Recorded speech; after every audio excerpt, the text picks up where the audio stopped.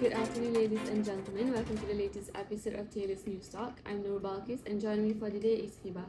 Yes, hello everyone. Today we are diving deep into a topic that's been stirring conversation across Malaysia, which is public attitude towards foreign workers. That's right, Hiba. Foreign workers bring both opportunities as well as challenges. They contribute to our economic growth, but also raise some concerns about job availability, wages, as well as the cultural integration. Absolutely, Bilkis. Let's explore this further. Our reporter Humaira has been investigating about public attitude towards foreign workers in Malaysia. Humaira, could you give us an overview of your insights? Well, thank you, Bakis and Hiba. So, over the past few decades, foreign workers from our neighboring countries like Bangladesh, Myanmar, Nepal, and Indonesia have played a huge role in boosting Malaysia's economy. They are the backbone of several job sectors such as manufacturing, construction, agriculture, as well as domestic work. What a shocker, but what about public attitudes towards these workers and how do Malaysians feel about their presence? Well, you see, Bakis, it is a complex picture. While some Malaysians appreciate the economic benefits of migrant labor, others express concerns about social integration, job competition, as well as cultural differences. Discriminatory views toward foreign workers could impact their well-being as well as social cohesion within Malaysian society. So we actually did some digging and the numbers are pretty evident. According to the Malaysian Department of Statistics, there were over 2 million foreign workers held valid work permits in 2020. It's a huge number. It just shows how much Malaysia depends on these foreign workers to keep running their economy smoothly. Yeah, but things don't always go well. Despite their economic contributions, foreign workers often encounter poor working conditions, low pay, and limited rights, as well as protections. Yikes, it seems like there's a need for better understanding as well as integration between locals and foreign workers.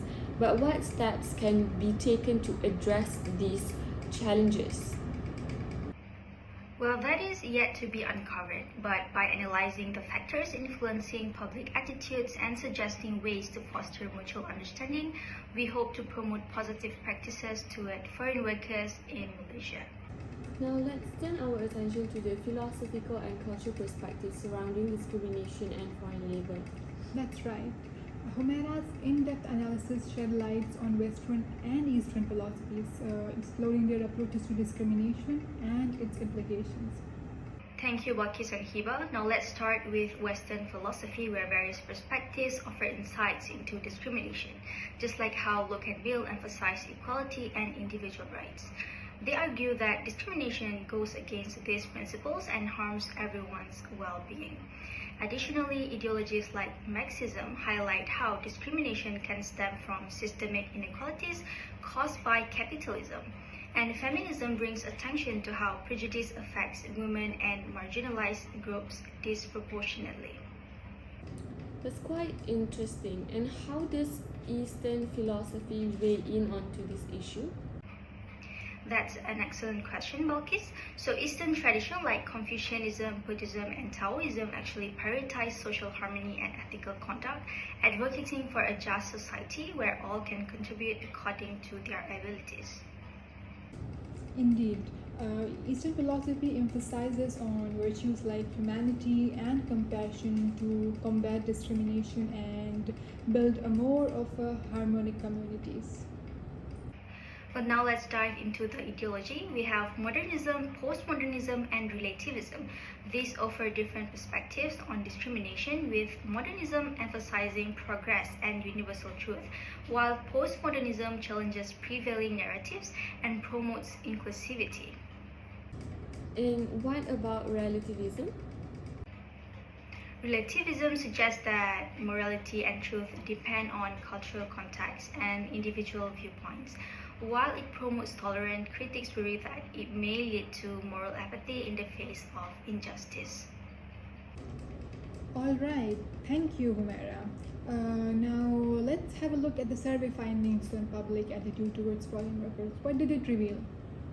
The survey showed that 75% of respondents recognized the economic benefits of foreign labor, understanding their role in filling workforce gaps and driving innovation.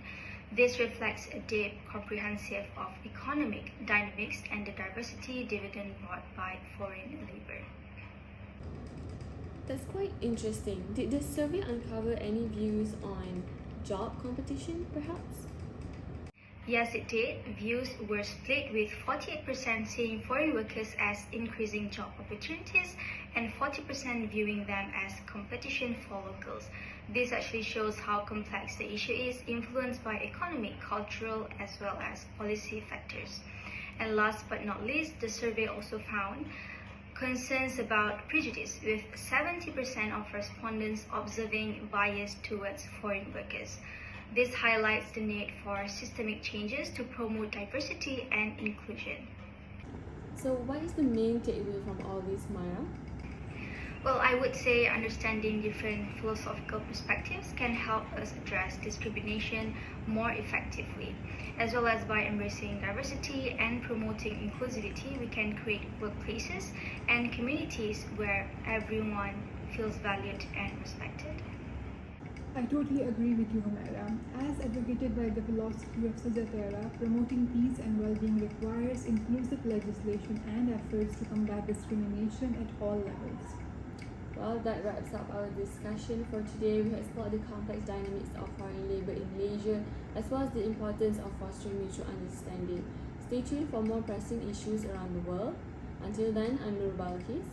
And I'm Hiba Usman. Thank you for joining us today. We will see you next week.